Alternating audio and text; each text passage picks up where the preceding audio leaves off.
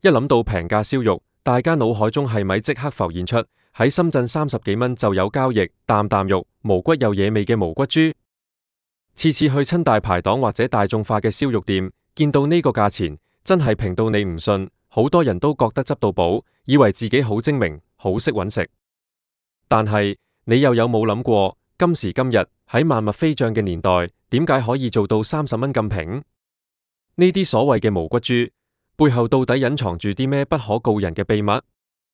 今日我就帶大家一針見血咁揭開呢個平價燒肉嘅黑幕，話你知，原來你一直以為自己賺到笑，實際上你一直都係食緊人哋嘅下欄嘢。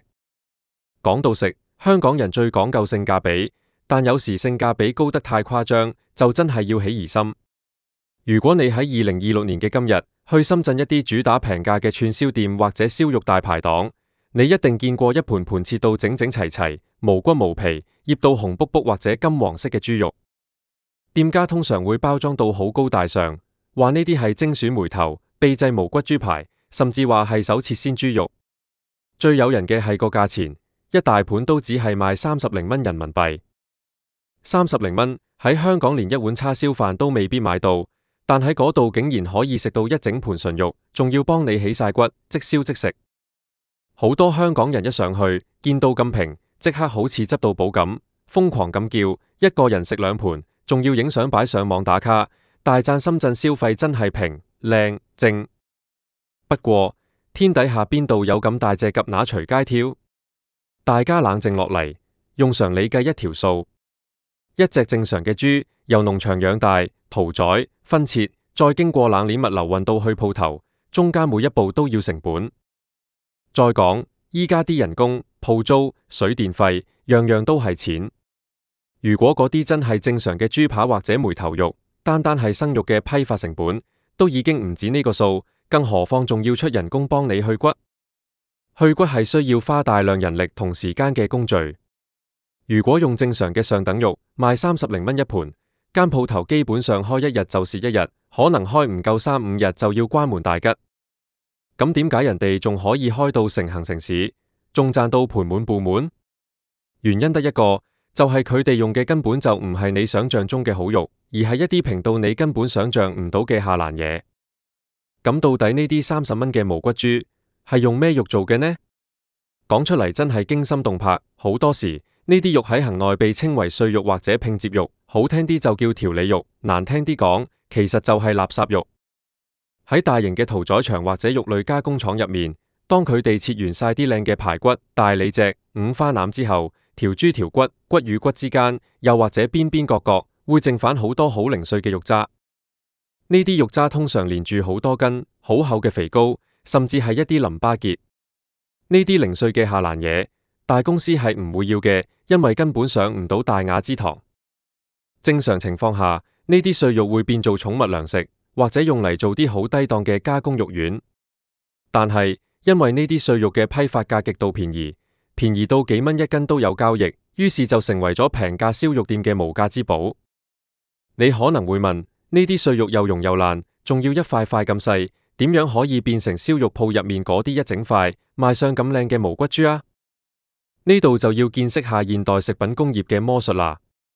要將一堆下欄碎肉變成一整塊賣相完美嘅肉，關鍵就係一種叫做 T 脂，即係谷氨酰胺轉胺嘅嘢，俗稱肉膠水。呢種化學物質可以將蛋白質黏合埋一齊。啲無良廠家會將成千上萬，甚至來自唔同豬隻嘅下欄碎肉、肥膏、肥油，全部倒入一個攪拌機入面，然後灑入呢啲肉膠水，再加埋大量嘅調味粉。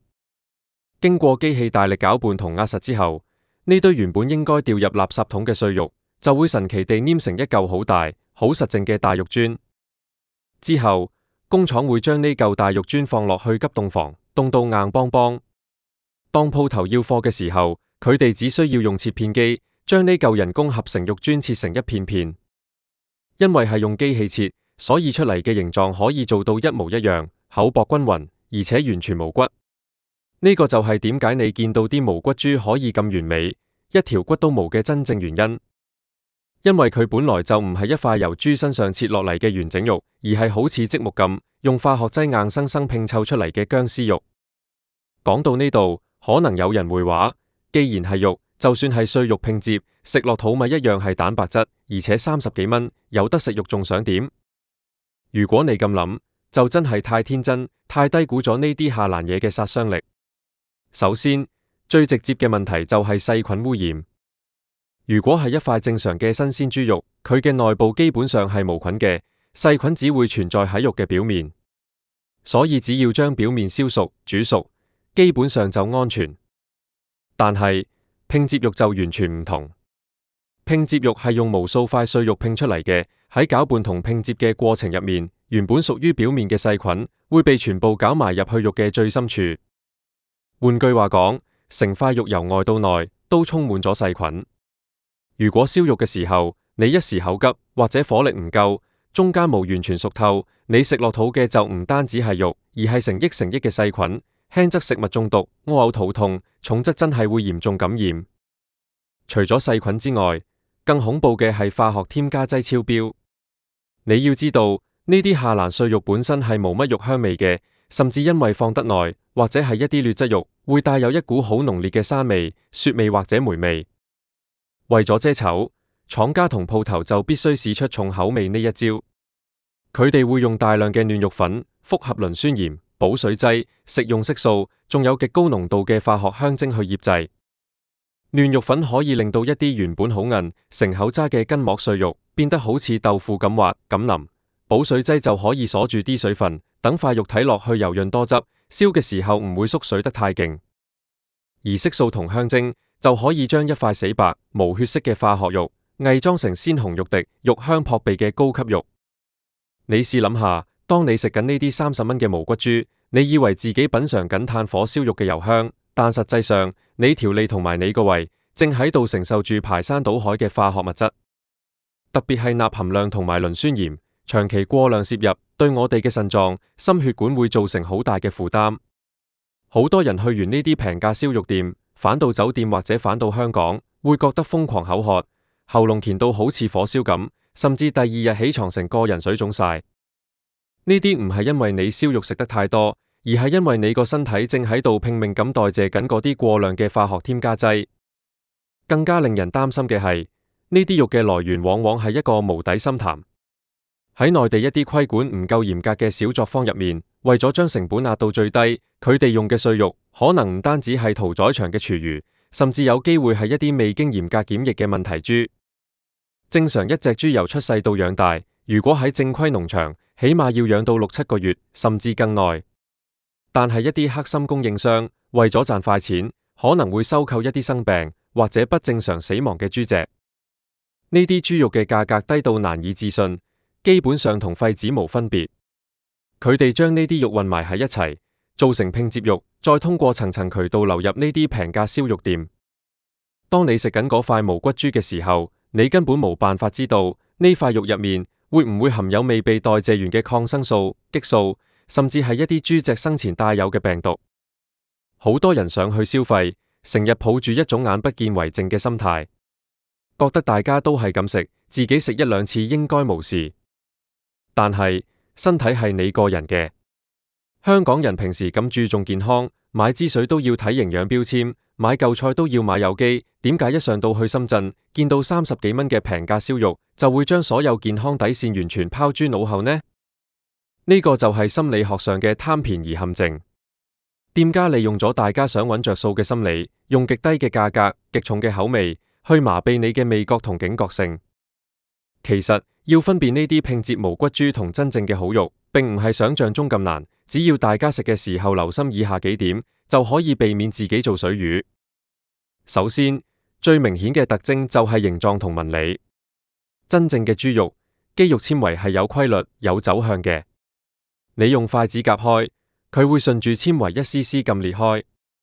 但係拼接肉因為係用機器壓出嚟嘅，佢嘅肌肉纖維完全係混亂嘅，甚至根本無纖維可言。你咬落去，佢雖然好腍好滑，但係有一種好唔自然嘅彈牙感，好似食緊肉丸或者啫喱咁，完全冇真正食肉嗰種一絲絲嘅質感。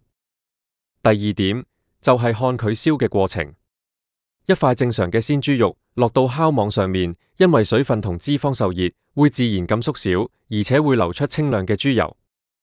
但係拼接肉因為加咗好多保水劑同化學膠水，佢落到烤網上面，往往唔會點縮水，反而會冒出好多圓、好渾濁嘅白色泡沫。呢啲泡沫其實就係化學添加劑同雜質受熱之後被逼出嚟嘅化學殘留物。如果你見到塊肉燒嘅時候係咁冒白泡，而且燒完之後形狀仲係方方正正、圓圓潤潤，完全冇自然捲曲，咁你就要打醒12分精神。第三點就係味道同顏色。真正嘅好豬肉本身帶有一股淡淡嘅肉甜味，就算唔加調味料，淨係放少少鹽都已經好夠味。但係呢啲30蚊嘅無骨豬，通常未落網之前就已經被厚厚嘅醬汁裹住，或者醃到呈現一種好唔自然嘅鮮紅色或者深黃色。你燒熟之後食落口，第一下會覺得好香、好惹味，但係嗰種香係好流於表面嘅死香，係化學香精嘅味道。當你吞落肚之後，你條脷會有一種麻痹感，同埋一種好怪嘅化學餘味，呢個就係高濃度味精同香精嘅傑作。講到呢度，我並唔係想一竹篙打死一船人，話深圳所有嘅燒肉店都唔去得。內地絕對有好多認真做食肆、用料上乘嘅高檔餐廳，但問題係好嘅嘢食喺邊度都要成本。人哋用真正嘅新鮮走地豬，大廚每日親手分切，用新鮮蔬菜汁去醃製，咁樣嘅質素，人哋賣80-90蚊，甚至100蚊一盤，都完全合理。一分錢一分貨，呢個係萬古不變嘅商業邏輯。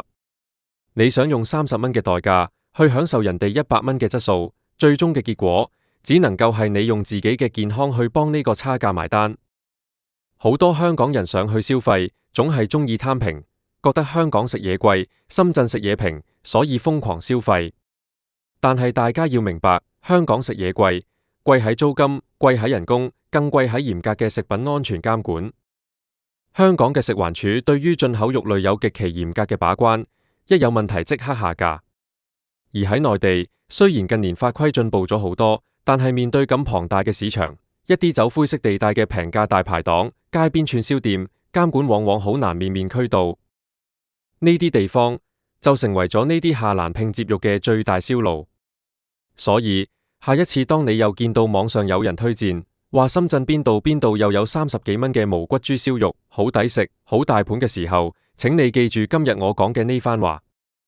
摸摸自己個銀包之餘，更要諗諗自己個胃。我哋辛苦工作賺錢，想去放鬆消費，係想追求生活享受，而唔係貪平去幫人哋清垃圾桶嘅下欄嘢，更加唔係要將自己嘅身體變成無良商家嘅化學實驗室。食得精明，食得健康，先係真正嘅識生活。唔好再俾嗰啲表面嘅便宜蒙蔽咗你嘅雙眼，要做一個有智慧嘅消費者，拒絕成為人哋口中嘅水魚。希望大家以後出外揾食嘅時候，都可以多一份留心，少一份中伏。